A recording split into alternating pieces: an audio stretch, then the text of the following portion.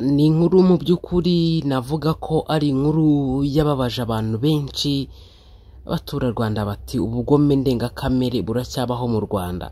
Ntabwo twe tuzi neza ko ari abantu bakiri muri iki gihugu bagifite umutima w'ubugome ndengakamere ingengabitekerezo.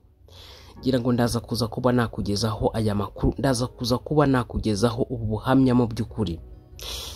Ubitekereza gute, wakwifata gute ugiye mu kazi ukodesha kwa nyirinzu, warangiza wataha ugasanga inzu yasakambuwe?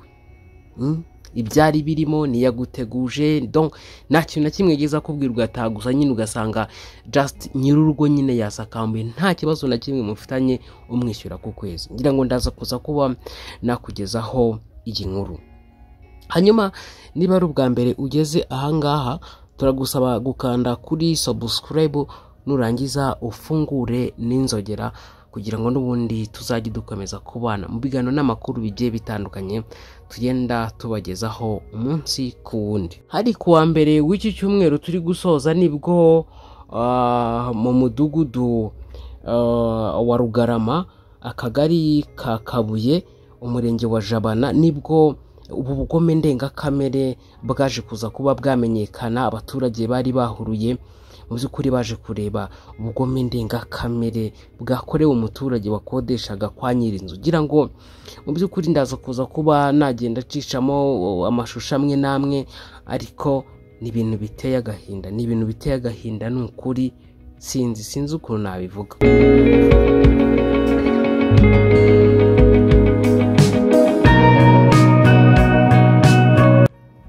Uyu muturage muri kubona kuri screen zanyu niwe wakodeshaga iyi nzu mubona basakambuye. Wamukodeshaga yitwa Papiyasi, ariko uyu mugabo ni umugabo wari ufite umuryango, wari ufite umugore n'abana. Rero bakaba bari bamaze igihe kingana n'imyaka 4 baba muri iyi nzu ya Papiyasi y'uno musaza, ariko baje gutungurwa no gusanga uyu musaza Papiyasi yasakambuye ino nzu.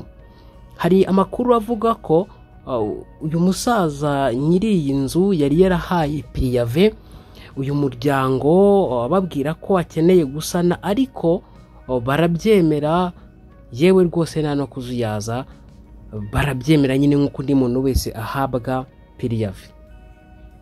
Hanyuma n'iminsi yabo itararangiramo iriya minsi 15 baha umuntu wese uteganya kwimuka cyangwa se kuva mu nzu yabagamo, bo batungwe no kumva bahamagawe n'abaturage bati inzu se warutuyemo ko mbona nyiri inzu ayisakambuye, bimeze gute?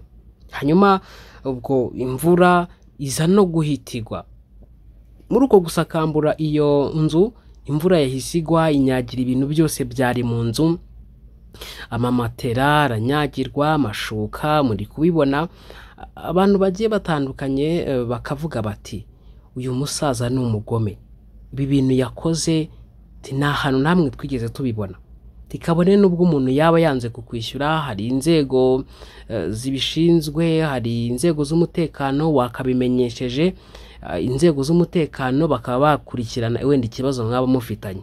Ariko ikintu gitangaje ni uko uyu nyiri inzu ndetse n'uwo yakoderaga nta kibazo na kimwe bari bafitanye, yaba icyo kubana nabi, yaba icy'amafaranga, yamwishyuraga neza. Bivuga ko rero iyi nzu yayishyuraga ibihumbi 32 by'amafaranga y'u Rwanda ku kwezi.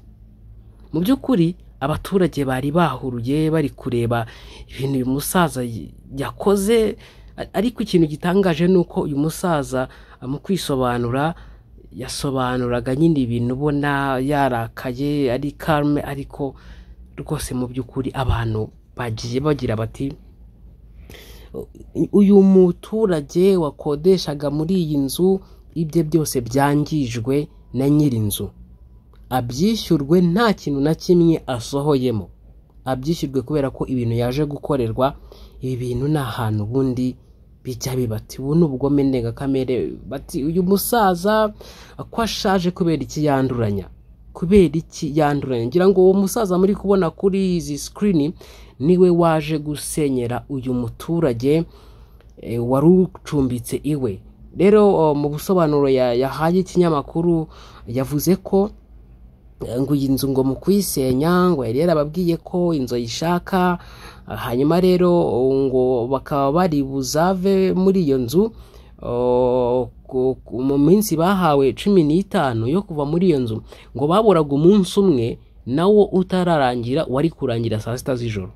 Hanyuma we mu masaha ya saa 4 gutyo saa 5 nibwo yahise azana abafundi bahita basakambura ya nzu, batitaye kureba ngo ese ko harimo umuntu, se ko harimo ibikoresho by'abandi, biragenda gute. Mu by'ukuri umuntu tumaranye imyaka igera kuri 4 tubanye neza anyishyura ibi bintu ngiye gukora, harya ubwo ubundi ndaba nkoze ibintu bizima. Ngira ngo abantu bagiye batandukanye bagiye basabira ibihano bigiye bitandukanye ndetse n'amande uyu muturage, nubwo kenshi yagiye yumvikana mu majwi yavuga ngo inzu ni yanjye, mfite uburenganzira, nta numwe wagombaga kuza rero kunegeka ibyo nkora, ati nabikoze kubera ko inzu ari yanjye kandi nashaka gusana, ikindi ngo nari nkeneye icyangombwa.